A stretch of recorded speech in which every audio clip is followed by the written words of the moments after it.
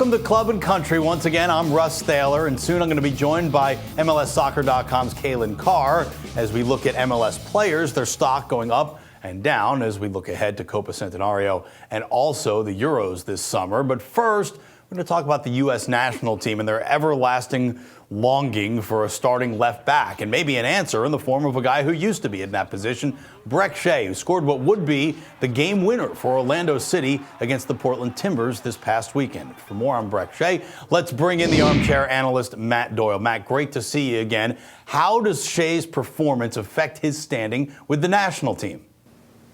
Well, I think we might have gotten a hint of that on Twitter. After the goal this past week, Jurgen Klinsmann, of all people, tweeted out a link to it and used the hashtag USMNT, which I think is maybe an indication of what the coach thinks. And look, Brek is big and strong and fast, and Jurgen has always seemed to value those traits more than just about any others. And there is that hole at left back. There is no number one choice. I think he does have a chance to figure in this summer if he keeps playing that spot and if he keeps producing magic like what we saw against Portland. How big of an if is that with Brek Shea and what we've seen from him in the past? I mean, it's a huge if. It was his first goal in 4 years. He also committed a handball, so gave up a penalty in that one. He's also suspended for this week's game because he had what should have been a red card challenge. He is a diamond in the rough still at this age. And look, this is a problem with, I think, U.S. and Canadian soccer. We are very slow to identify guys who should be fullbacks. And somebody 6-7 years ago should have looked at Brek Shea and said, no, you're not playing in the midfield. You're a left back, because he is just dominant when he has space to run into and he can get moving. And look, he is a good passer and he does have some good instincts as well, but it took too long. So he is going to have to sand that down in the weeks and months and I guess the years to come. All right, back to the national team. Any other guys in MLS right now staking a claim to at least a look from Jurgen Klinsmann based on their play early in the season? I don't think there's anybody who is driving themselves into the starting 11, so to speak.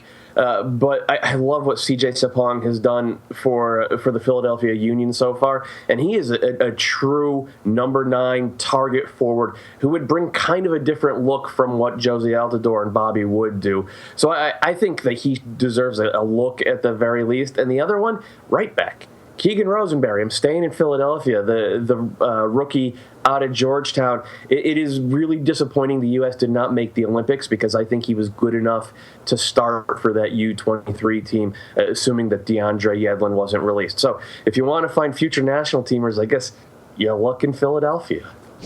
That's the Armchair Analyst, Matt Doyle. Matt, thanks so much. Now let's bring in MLSsoccer.com's Calen Carr to talk about some other MLSers as we look ahead to Copa Centenario and also the Euros this summer, whose stock may be going up or down. We got to start on the positive. And how about Kaká? Got a goal and 2 assists in a rout of the Portland Timbers last weekend. What are the chances we see Kaká playing for Brazil this summer?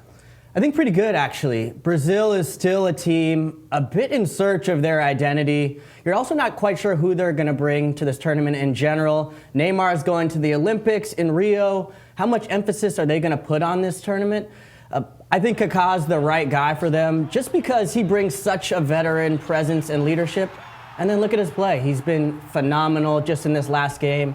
If he can continue this going forward, I think you'll see him on that roster. Kaká on the latter stage of his international career. Andre Blake, one of the new young stars for Jamaica in goal. And Andre Blake playing well for the Philadelphia Union as well. How much are we going to see of Blake now moving forward, not just with Philly, but with Jamaica? I mean, this kid is legit. He's really fun to watch, which is kind of hard to say for a goalkeeper. You don't usually want the goalkeeper to be noticed, but he's making spectacular play after spectacular play. That save against Chicago stands out to me. He's on the ground, suddenly gets up. He's long, he's lanky. He seems to reach balls pretty easily that other guys wouldn't even dream of. And he's still young, but Jamaica's given him the keys to the car. Really to anchor that back line, and I think it's going to pay off for him. Andre Blake was a guy who was drafted number 1 by Philly, and people wondered, you have all these goalkeepers, what are you doing? Now we know what they were doing with Andre Blake. Let's talk about some guys, though, that are maybe trending downward. It has more to do with injuries than anything else. Starting with Orlando City's Kyle Lehren. How bad is the hamstring? It didn't look that bad. I think Orlando fans and Canada fans will be happy to know that it wasn't one of those shotgun type hammies where you see a guy go down in a heap. He was able to continue on and play for a little bit. It's more precautionary. He's played a lot of games. He played that home-and-home series against Mexico. And he's had to shoulder a lot of the responsibility as far as scoring goes early for Orlando City. I think he'll be fine going forward. And I can't stop talking about what a talent he is. His hold-up play, his movement. Obviously, he's scoring goals. That's not going anywhere. Canada fans have a lot to be excited about. Getting Kaká back healthy also helps Orlando maybe mitigate some of the loss of Lehren for however long he might be out. Maybe a bigger deal for LA Galaxy and for Ireland with Robbie Keane going down with a knee injury, having to have surgery, going to be out several weeks. Is he going to miss the Euros because of this? I don't think so. I think they've been saying about 4 to 6 weeks, I think, has been the news coming out of LA's camp.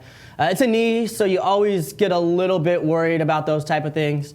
But I think as far as the Euros go, he should be in fine form, able to come back and help that team. How much does it hurt Galaxy while he's gone? It's going to hurt. I think they have Dos Santos, obviously, Zardes. They've got a lot of weapons, a lot of moving pieces. But Keane's their MVP. He's their guy who they've been able to lean on in big games and tough moments. They haven't had the best start of the season. They'll have to find their way without him. All right, I want to turn our attention to a guy on the U.S. national setup, and that's Kellyn Acosta. We saw him in the January camp and most recently with the U23s and failing to qualify for Rio, but he's 20 years old. What's the best spot for Kellyn Acosta on the field, and how does he make himself relevant with the senior national team? 20 years old. Let's just remember that, folks, because he had an excellent season last year to start. And then maybe a little bit of a rough patch. This is sort of the first tough moment of his career. Very disappointing for all those players that didn't get a chance to make that Olympic qualifying success into a reality going to Rio. But he's played outside back, and that's not necessarily his best spot right now. I think still he's a central midfield guy. It's tough to break in there with the full national team. Jason Christ spoke to me at our opening weekend, and was saying he did really well during the January camp with the full team.